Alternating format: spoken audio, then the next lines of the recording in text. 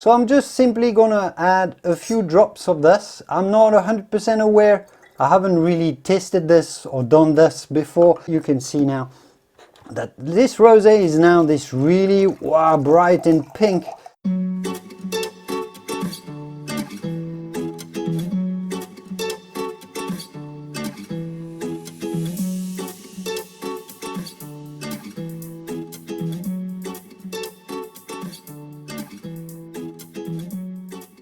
What is up guys, Julien here, the French winemaking guy who makes wine videos here on YouTube. Welcome to Julien's Wine School.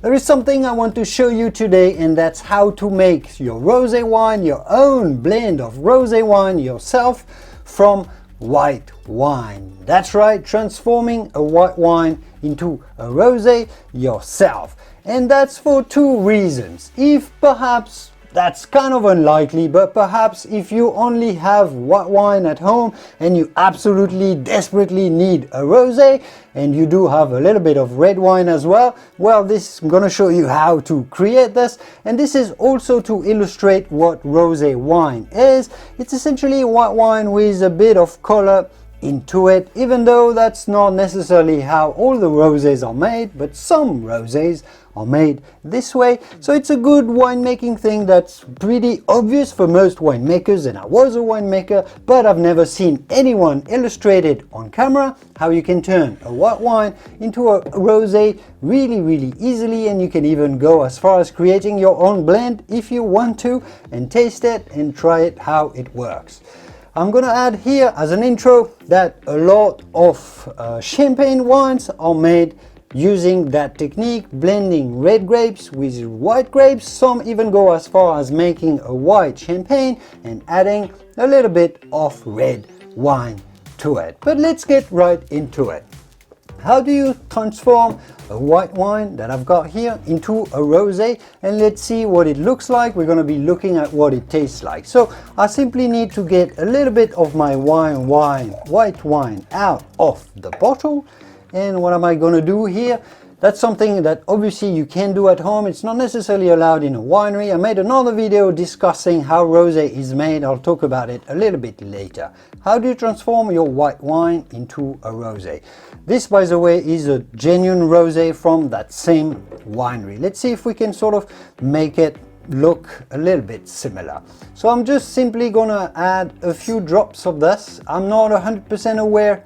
I haven't really tasted this or done this before with those two particular wine. So I'm just gonna add a little bit of the red wine to my white wine, and I'm gonna mix it up. If I manage to put that cork back in there.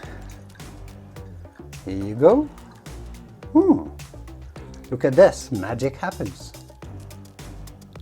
Wow, and it's actually, look at this, can you see the colors? It's actually spot on, pretty much spot on, pretty much the exact same color.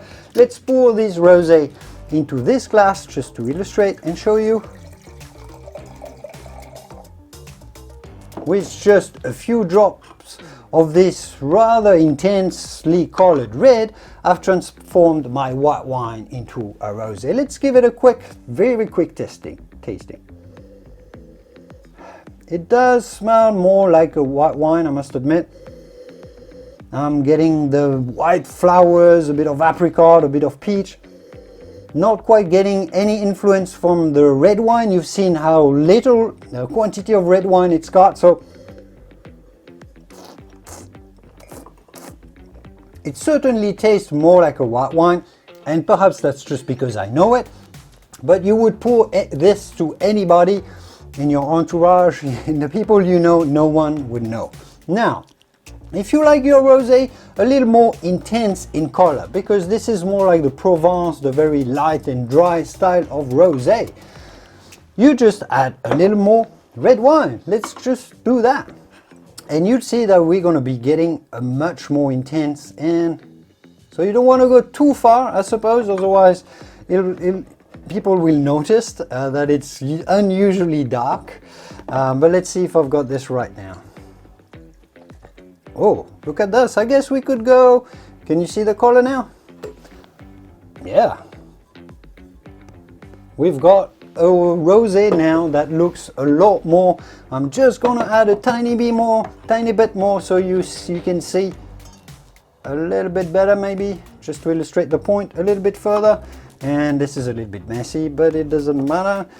I mean, when you do winemaking in a winery, you're constantly dealing with mixing and blending different things, so it may look a little bit odd for you at home, but like I was a winemaker for 10 years, so that's kind of what you do on a daily basis, even though you're not specifically doing this, but you're going to be messing around with different blends and elaborating things. Oh yes, and see, you can see now that this rosé is now this really bright and pink kind of rosé. This kind of, sometimes you get some cheap sweet rosés that are going to look like this, really appealing to some audience.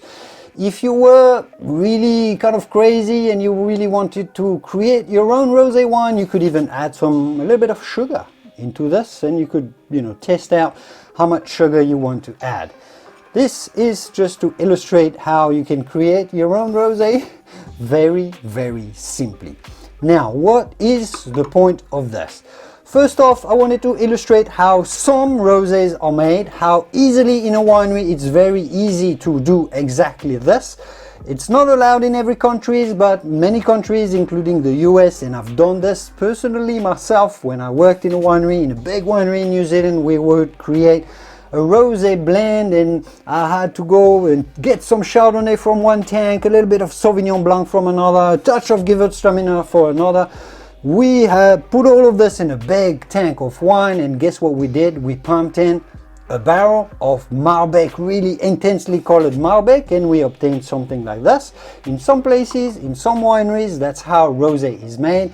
I made that video that I was talking about earlier, explaining exactly how rosé is made and how often this is done, so go and check out that video. I'm not going to elaborate much more on this. This is also to illustrate how some champagnes are made, adding a little bit of red wine into a white wine. Some houses are famous for doing this. It's not necessarily a bad thing. Tétinger does that quite a bit. It gives vinosity to a rosé, particular vinosity more for red wine to a rosé, rather than making it just pale to start with.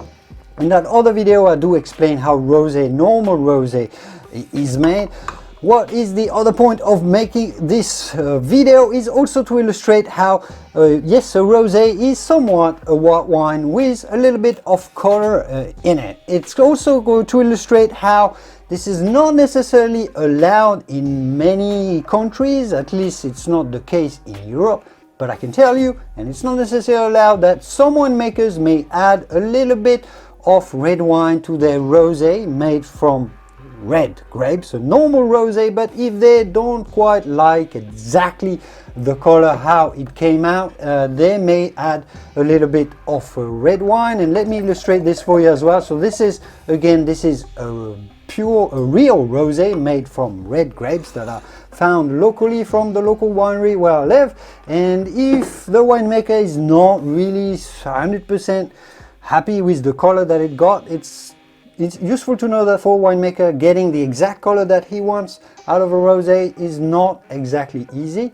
So they would, and it's done, it's not necessarily allowed, but they would add a drop of red wine into the tank, and then like this could get, well, maybe that's not enough, they could get a rosé that would look much more intense. So also, I can tell you, you've seen the color of this rosé when, some winemakers obtain this type of color of rosé by doing this. It's not very well known, it's not necessarily fantastic, but I think it's good that you know it. I had never seen anybody do this on camera before.